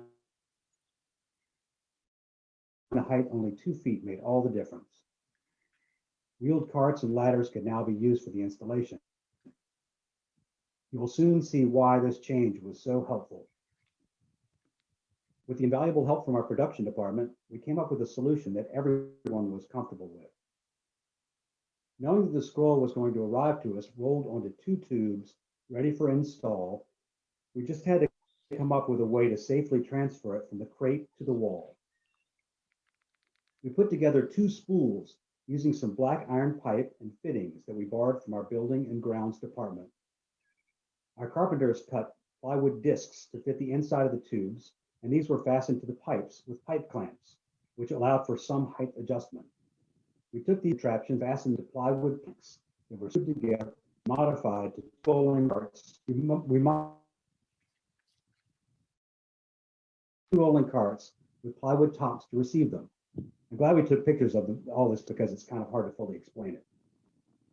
We carefully measured for the positioning of the spool on the pipes, the distance between the spools, and the distance from the top of the scroll to the top of the cart once in place, to be able to adjust for the proper height on the wall. Fortunately, we'd done all our math right and gotten enough information ahead of time, so it didn't take too much adjustment. Once we knew that we had our spool height right, we were ready to go ahead with the installation. A team of 4 of us had rehearsed the actions and talked through the operation quite a bit beforehand. We positioned the scroll on its two tubes horizontally on the table adjacent to our carts. We carefully fed the tubes onto the disc, stood the whole thing up. At this point, everything is attached together as one unit, the scroll, the spools, and the carts. Then we wheel the whole thing into place in front of the wall at the starting place. I should mention now that there was a predetermined starting place for the scroll on the wall. From this point, we just had to make some minor height adjustments. Then we got Gwen set up with a ladder and she began attaching the piece to the wall. Once the first attachment points were established, we uncoupled the two rolling carts, two of us holding the left cart in place, while the other two slowly rolled to the right, working carefully with Gwen to establish a good rhythm. As the textile was unrolled all at arm's length, the exposed magnet tabs were lifted and swung to the inside of the tube. This meant Gwen going up and down the rolling steps frequently. We worked our way to and around the corner. Once again, good planning helped us out. Things smoothly. We finished the right-hand side. Back to the left side. Before we knew it, we were done. For the deinstall, we just reversed the process.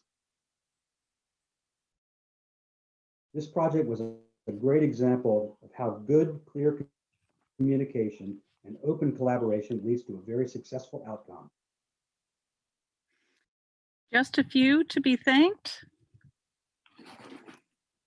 for our great success, and the conservation team, and both Tim and I thank you for listening.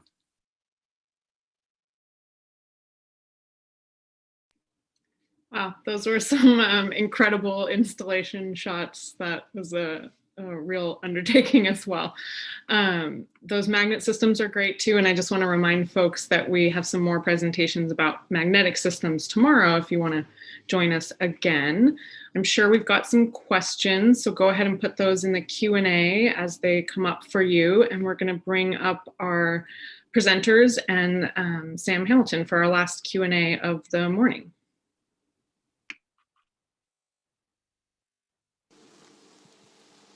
Hi, Gwen. Wow, that was just mind-blowing. And hi, Tim. Congratulations to you both. What an achievement. Absolutely brilliant. I've got a question. I'm going to start off, and I guess I just want to understand a little bit more about sort of, Gwen, from your perspective, firstly, just about your material choices. Can you talk us through that process and sort of your problem solving and your thinking there? And perhaps when you're talking about that, maybe sort of tell us a little bit about the time frame, because it seems to me like a lot happened, perhaps in a tight timeline, and how did that influence your decision-making process?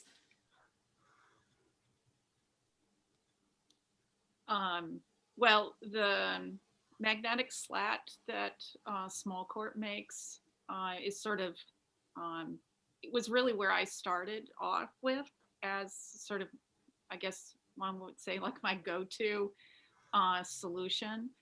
And because of that design, you don't have to really worry about the weight of the textile, and it's that lip that really supports. And I've used this to hang textiles that are over 30 feet. So you're not really relying on the strength of the magnet so much.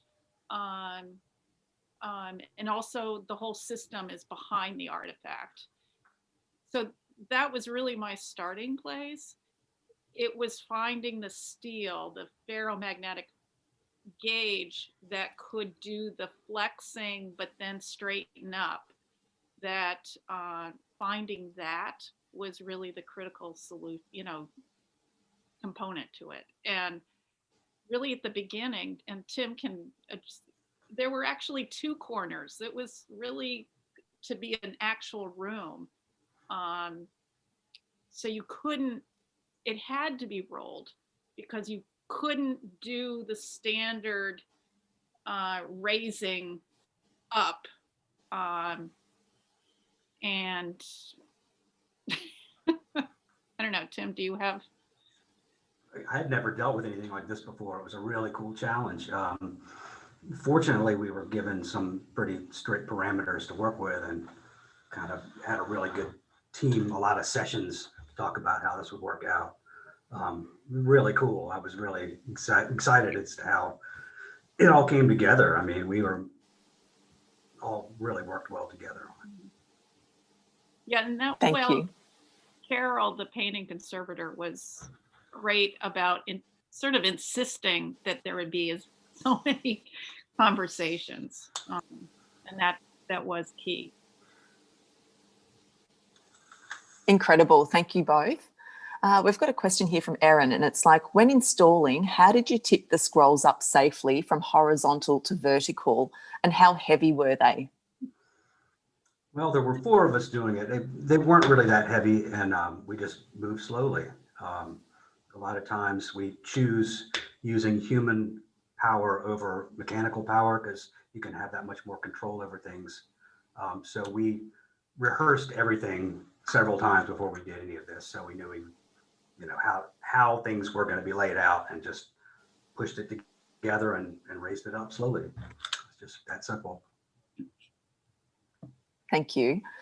There's some questions here that are related to the weight. And so one's around how heavy was the banner and how many magnets per foot were on the strip. And another one that's pretty much saying how much weight was each magnet holding. So it's all very much about the weight. And if you can talk to us a little bit about that. So the banner actually, for all those layers, wasn't that heavy. Surprisingly, I think all told, even with the tubes, right, Tim? I don't know. Yeah, I never got an actual weight on it, but it was not bad at all. It was surprising. Yeah. So the magnets are secured. They're countersunk shaped, and they're Small Corp manufactures this, and on average, the magnets are spaced 6 inches apart. And here's the beauty of the system is that it's that L here, and I have it's really this lower edge that holds the steel, holds everything. And it's the magnets that actually keep this from falling forwards. So unlike other systems, and it's especially when you're using any kind of system in a shear direction, calculating the weight of an artifact is really critical. But that's why I particularly, anytime I can use this is what I do.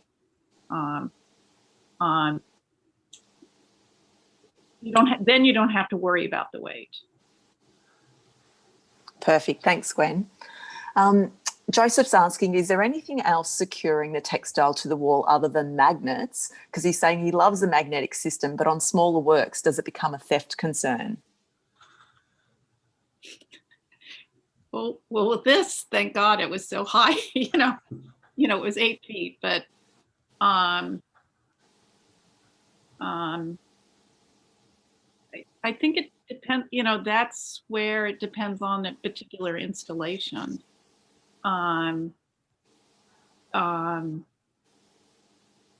Yeah. Yep. So let's go on to the next question. It says, would you mind going through again on how the magnets were attached to the object? I think it's just so good for you to reiterate that, Gwen. I think everyone's just super, super excited about it and want to understand it. Okay. Well, so this was the steel that the 26 gauge, which can flex, unlike what Small Corp normally puts, comes with the slat, and it doesn't flex hardly at all. Plus, it has a powder coated coating on it, which actually, if you bend it too much, that coating does fail or crack.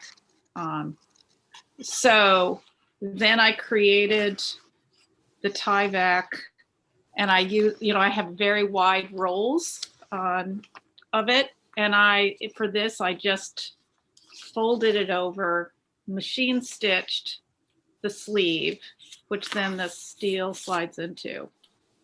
And then just literally like you would with the standard Velcro, this was herringbone stitched all the way through all the layers of the artifact, both along the upper edge as well as the lower edge. And because I had so much, unlike when you use twill tape for Velcro, you end up not having maybe the full width. But so then I could get to the seams between those bands of silk. There were a couple of images of that herringbone. The real challenge, that was not the challenge so much, it was really getting something that's 39 feet with another 39 feet. And, it's not like a quilt where you could just, I don't know. So that was sort of a lot of rolling and unrolling in order to get it together. So it's really the standard, what you would do with Velcro. Anything else? Did I answer Yeah, that? no, that's great. Thank you. I think your demonstration is also very helpful, Gwen. That's wonderful. There's a question here about, do you have any written directions to share? Because people are obviously just super keen. Others have large objects to install and rotate. And so I guess people are just keen to know if you've got any instructions that you can share. So, yeah, there's a blog post. I have a blog that one could find that talks about this system, because especially when Small Court first, Van and Molly Woods came up with, we were talking, and this was just so brilliant that, so my blog is Inside the Conservator's Studio. And so there you can, and then, email, of course. Thanks, Gwen. Tim, we've got some questions for you here. There's one about how many different installation ideas did you work through before deciding on the spools? And do you remember how long it actually took?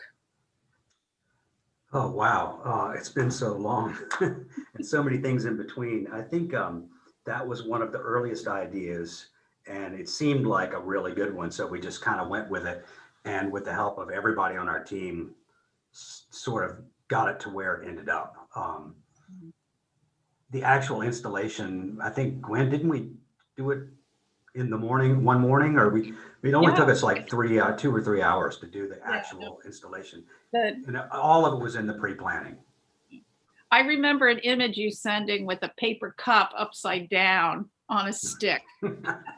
Yeah. Really fun. But yeah, the actual doing it didn't take really much time. It was really the talking about what everyone was going to do at every stage that took the longest.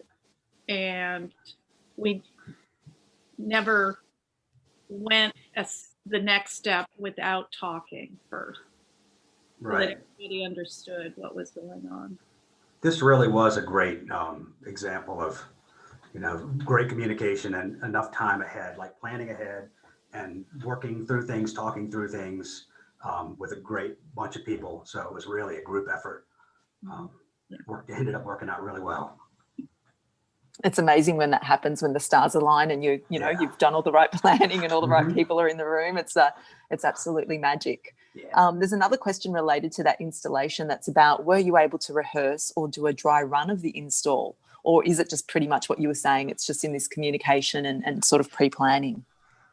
We did do a dry run without the scroll, obviously, but we, with our carts, and ran through it a bunch of times just to sort of talk through it and make sure that once we had the artifact in front of us that we all knew what was going to happen. So everybody could work in tandem. It was rehearsed, completely rehearsed. Brilliant. Thank you. Gwen, there's another question here for you from Nancy, and she's saying, could you please repeat how you sourced the thinner gauge steel strip?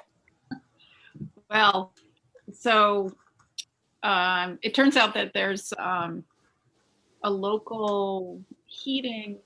So the fabricator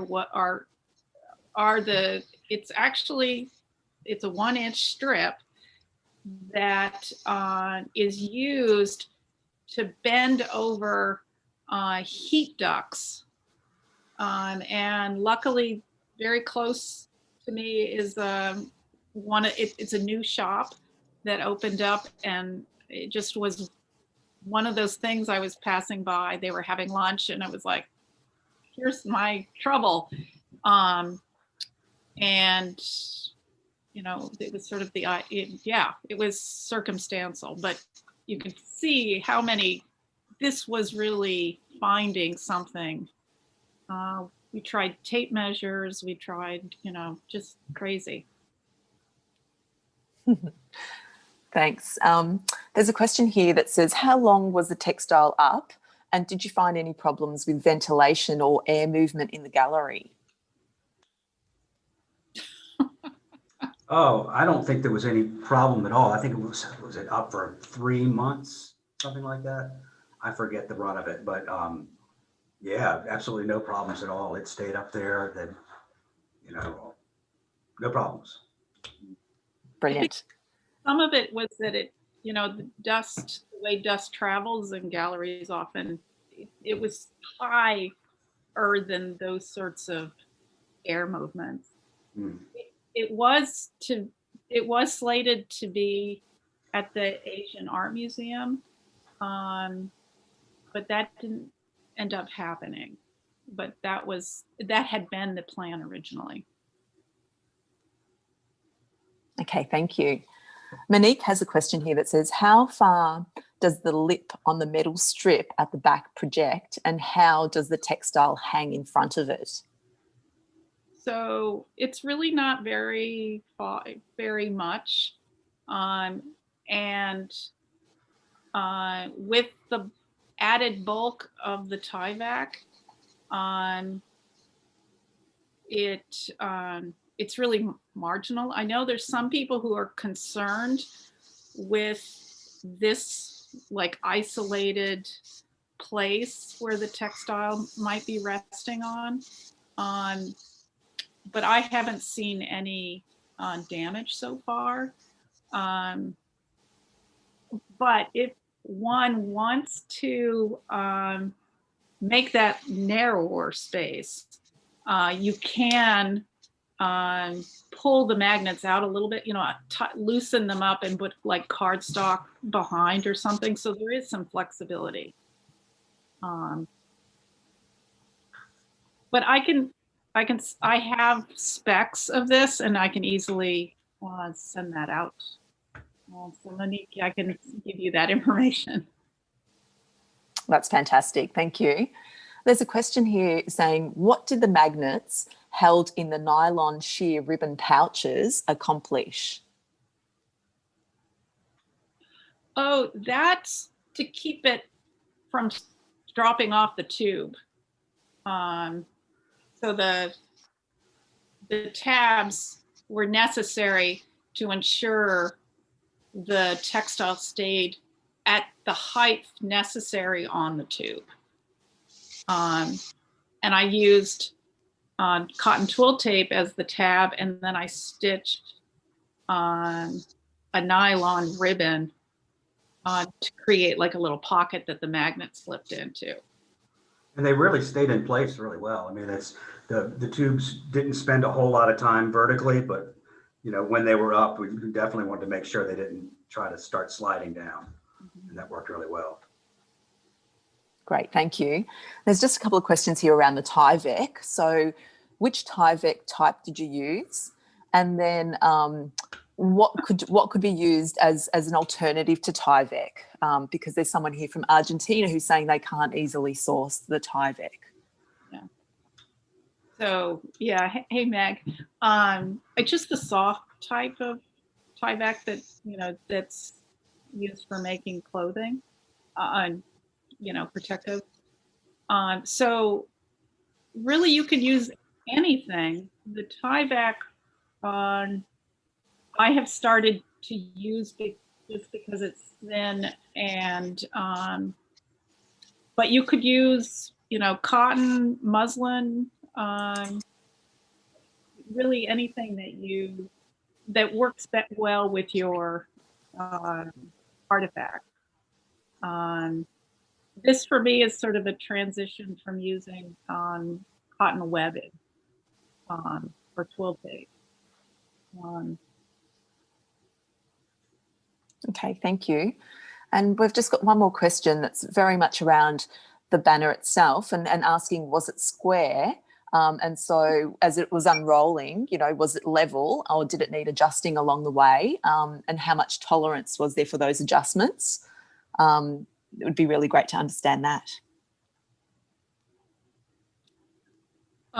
Well, the text, the whole scroll had been altered and repaired at different times. So there were places along, especially the upper edge, which were a little that dipped down. But you know, nothing for that stance. It really was fairly square, surprisingly. So much of it was painted really in the great scheme of things, so that doesn't change so much over time. What was the other part of that question? It was just pretty much around that adjustment, and you know, if it wasn't level, then you know what needed to sort of happen along the way. Those temporary walls that we created for this project was really helpful because I could make those adjustments while it was all hanging on, and so that small sort of, there was like a distance of 2 feet that the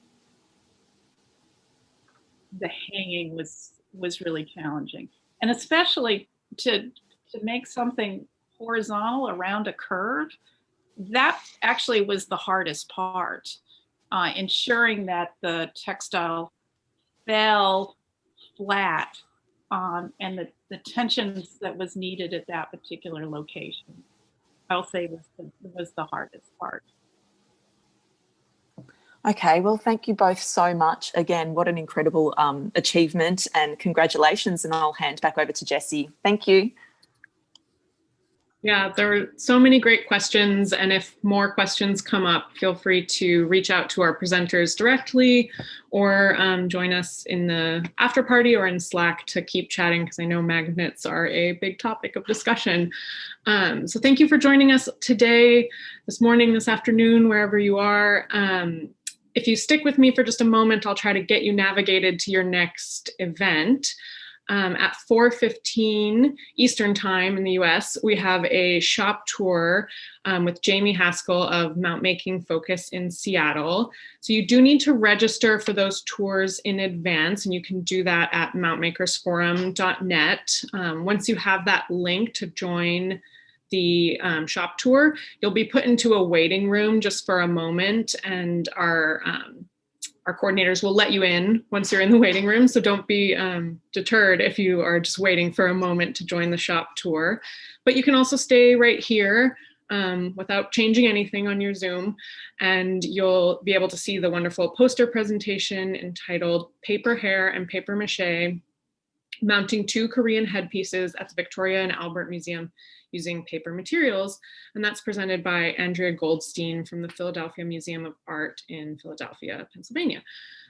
So as you view that poster, if you're going to stick around here, please feel free to add any more questions to the Q&A. We're still going to be monitoring that, and you can chat with each other in the chat here as well while you're looking at the poster. And again, if you're going to that shop tour, go ahead and make sure you're registered, and then you'll be put into a waiting room just for a few moments when it starts in about 15 minutes. Okay, thanks everyone. See you this afternoon for more presentations.